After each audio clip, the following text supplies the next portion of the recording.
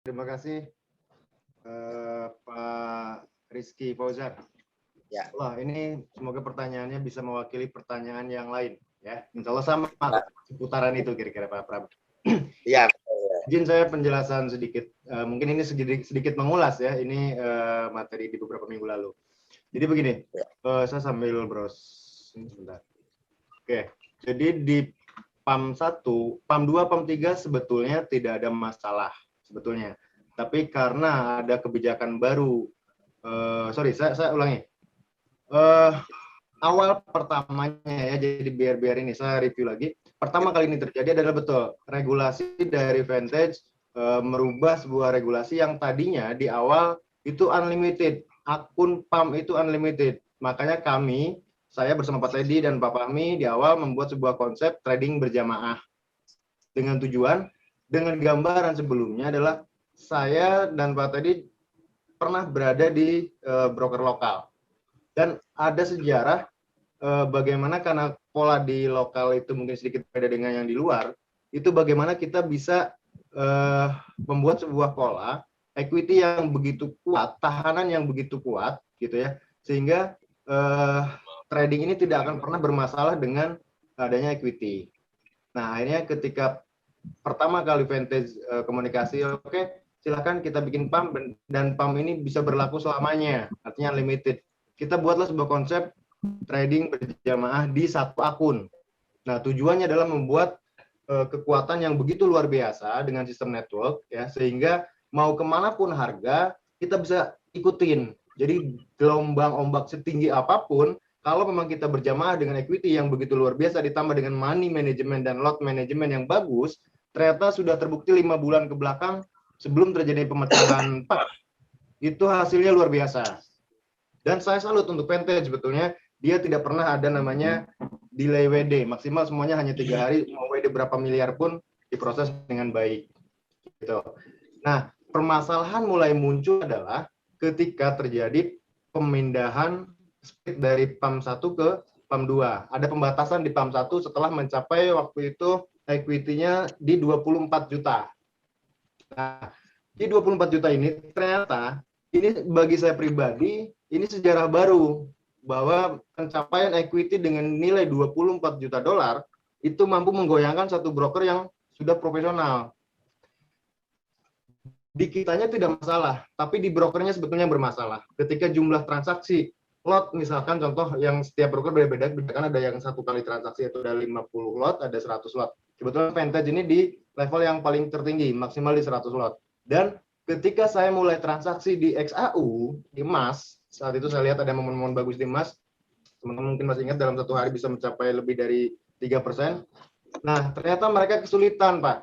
Mereka kesulitan mencari kemana nih ketika saya beli misalkan 100 lot Troy Ons, ya.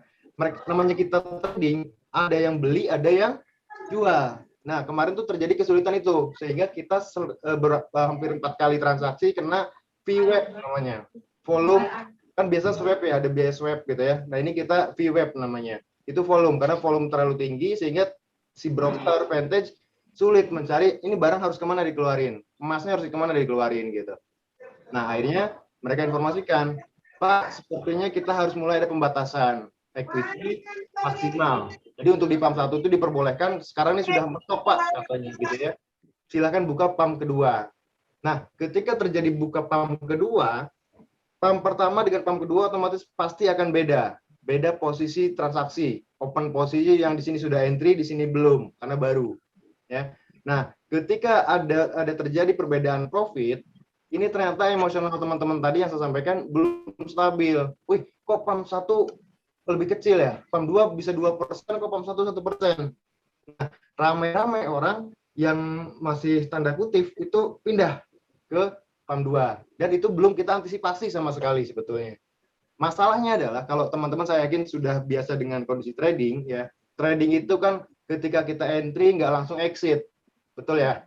Nah, ketika kita entry, pasti ada momen menunggu.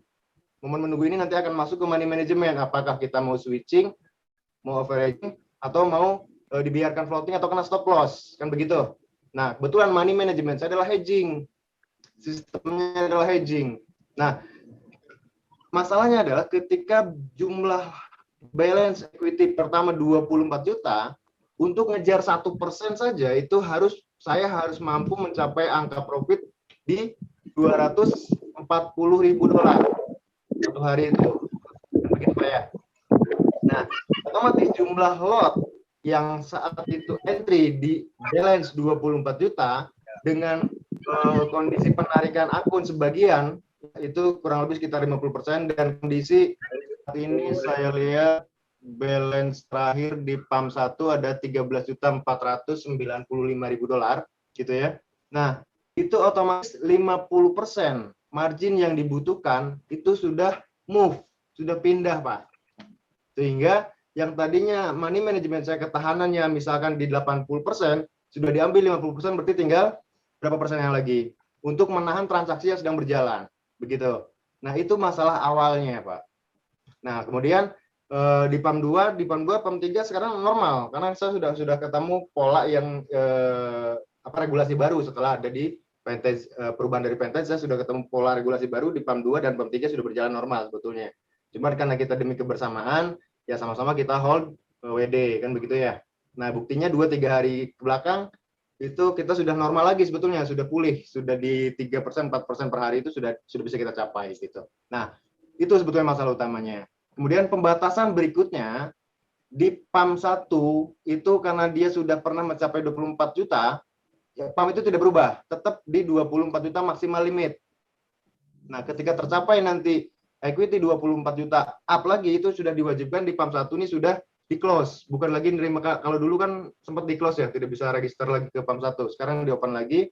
Nah, itu akan close lagi setelah 24 juta lagi gitu. Nah, kemudian di PAM 2, PAM 3 ini limitnya adalah 10 juta. 10 juta maksimal. Tapi ketika kita mencapai di limit 5 juta, itu leverage turun jadi 300.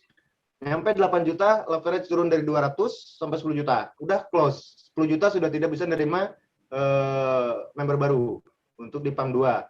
Maka kita harus buka PAM 3. PAM 3 pun sama. Berlakunya nanti 5 juta, turun leverage. Leverage sekarang itu 1:500. Ketika nanti sampai 5 juta, dia akan turun 1:300. Nyampe 8 juta, 1:200. Gitu. Nah, itu tercapai, kita pindah lagi ke kita buka lagi PAM 4 dan seterusnya. Jadi limitnya adalah sebetulnya limit amannya ada di 8 juta per akun. Aman untuk siapa? Aman untuk Vantage, aman untuk kita sebetulnya. Bagus regulasi Vantage ini sebetulnya. Karena dengan dengan menurunkan leverage itu menurunkan juga tingkat resikonya gitu. Hanya saja saya ketika terjadi regulasi baru itu harus menyesuaikan. Yang dulunya tidak pernah bercerita tentang penurunan leverage, ya kan, tidak pernah cerita tentang batasan equity di PAM 1, PAM 2 dan seterusnya. Jadi saya harus menyesuaikan. Nah, proses penyesuaian ini pasti akan berdampak, ya kan? Dampaknya apa? Saya harus manage lot baru.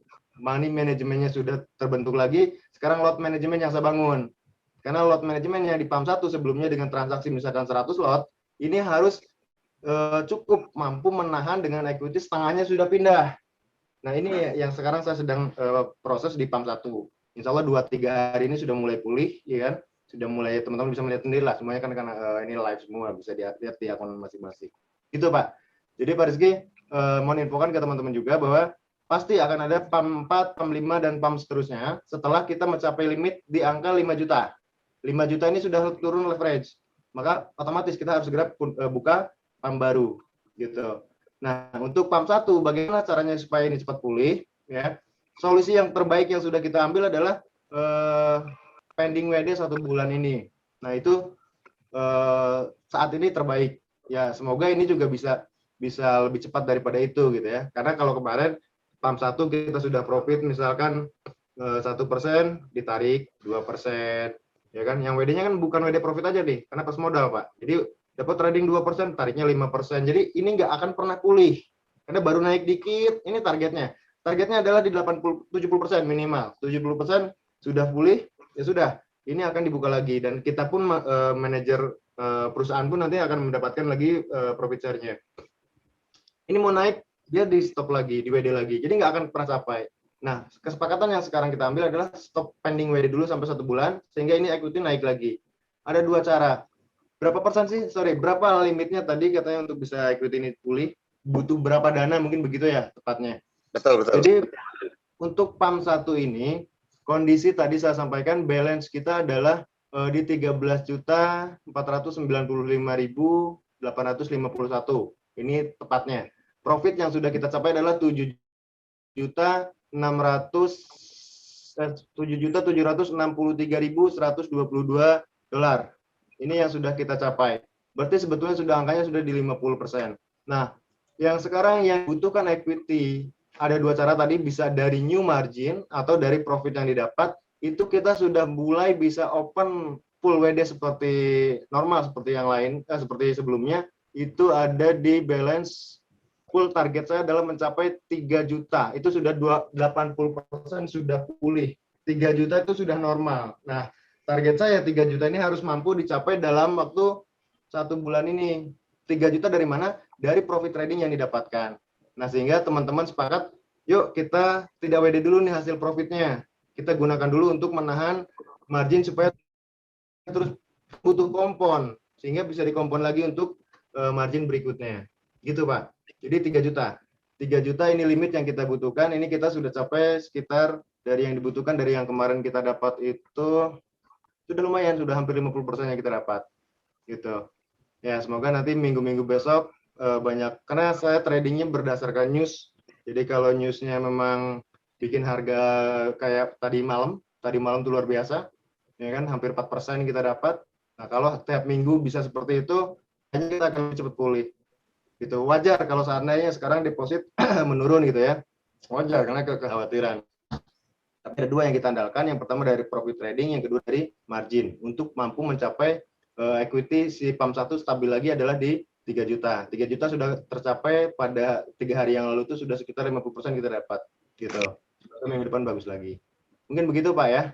Jadi limitnya diulangi lagi, limit per PAM itu adalah 5 juta, kita sudah bisa mulai buka PAM baru.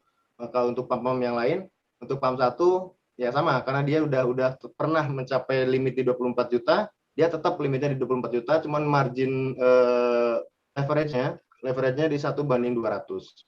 Gitu. Mungkin gitu, semoga bisa menjawab Pak Rizky dan kawan-kawan. Pak Yayan, kalau ketika kira konsekuensinya nanti ke depannya akan ada PAM 5, PAM 6 dan selanjutnya, Pak. Ya. Itu bagaimana, kalau boleh tahu, ini memang teknikal lagi, sorry. Ya. Nanti bagaimana treatment Bapak atau manajemen Bapak memastikan setiap PAM itu ya tidak jauh berbeda gitu. Ya. Jadi bahkan kalau bisa sama. Karena ya tadi pasti nanti akan ada pertanyaan-pertanyaan dari member-member yang masih awam atau yang baru gitu. Cemburu gitu. Kenapa PAM sana persen, PAM 2, PAM 3-nya baru 3% gitu ya. Jadi gitu. Itu. Nah, itu tadi yang pertama mungkin kita bisa garis bawahi. Saya pasti akan mengusahakan semaksimal mungkin sama. Tapi ternyata saya sudah curhat ke Pak Tadi ini ruangan saya sudah kayak tukang komputer. Monitornya udah banyak di mana-mana. Gitu. Nah, dan semuanya tidak, sampai detik ini saya trading tidak menggunakan full robot. Robot itu hanya membantu untuk ketika saya buka, ini kan saya ada pairnya banyak. Jadi hanya untuk membuka open posisi aja, untuk mempercepat open posisinya, untuk entry-nya. Nah, jadi treatment yang bakal saya jalankan, gimana sih teknisnya?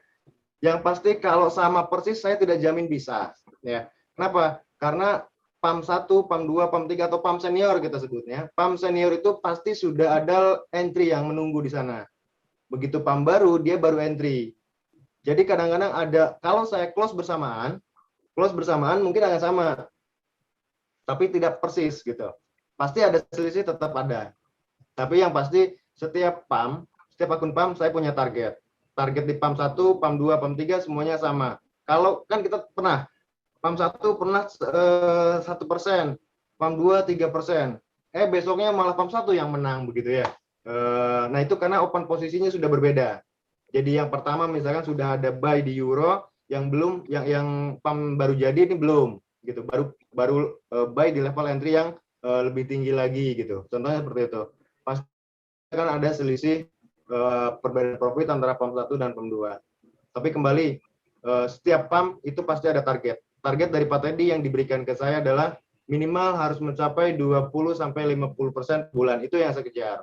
Betul, bulan Agustus kita turun profit gitu kan, tapi saya tidak mau beralasan.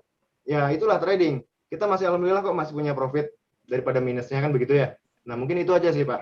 Mungkin Betul. bantu ke teman-teman bisa tolong dipahami.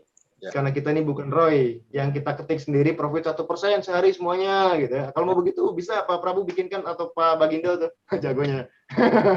Tapi kita real dari hasil trading yang kita dapat. Gitu Pak mungkin ya. Insya Allah itu sih secara per bulan mungkin nanti nggak jauh beda. Kalau dibikin per bulan tuh antara bedanya mungkin hanya 2-5% aja tiap akun. Ya. Tuh mungkin Pak.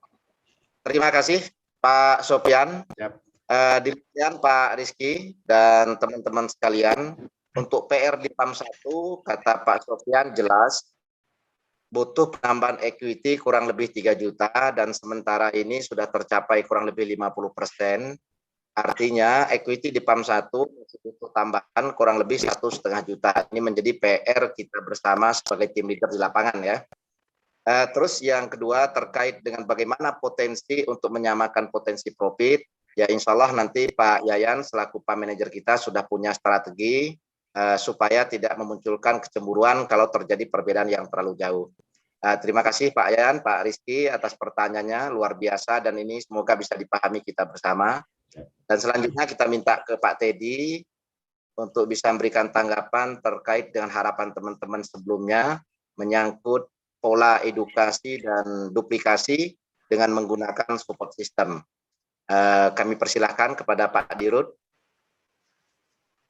Ya, terima kasih Pak Prabu Syihab. Untuk support system, ya, memang saat ini saya masih ada pembicaraan dengan salah seorang sosok yang saya rasa punya kapasitas yang besar untuk bisa membangun EA50 ke depan, ya, karena dengan track record yang beliau miliki, saya yakin sekali beliau bisa membina kita semua, ya, kalau sudah pembicaranya sangat serius. Dan kalaupun seandainya katakanlah seperti yang dikatakan Pak Bagindo tadi bahwa sebetulnya kita bisa memaksimalkan dari leader-leader yang kita miliki yang ada di 50 untuk bisa membangun support system bersama, ya saya juga yakin tentang hal itu ya. Tetapi sampai sekarang saya masih berkeinginan masih ada satu sosok yang akan menyatukan kita, itu yang ada dalam pemikiran saya dengan kapasitas yang besar, yang pernah menangani atau membangun sebuah support system dengan kapasitas ratusan ribu, ya, ratusan ribu member lah seperti itu. Ya. Mudah-mudahan secepatnya itu bisa realisasi. Mungkin dalam waktu dekat 1-2 hari ini saya sudah bisa informasikan. Kenapa? Sebelumnya saya juga pernah berkomunikasi dengan sosok yang lain, tetapi kalau menurut saya mungkin beliau tidak bisa totali lah di tempat kita lah. Ya.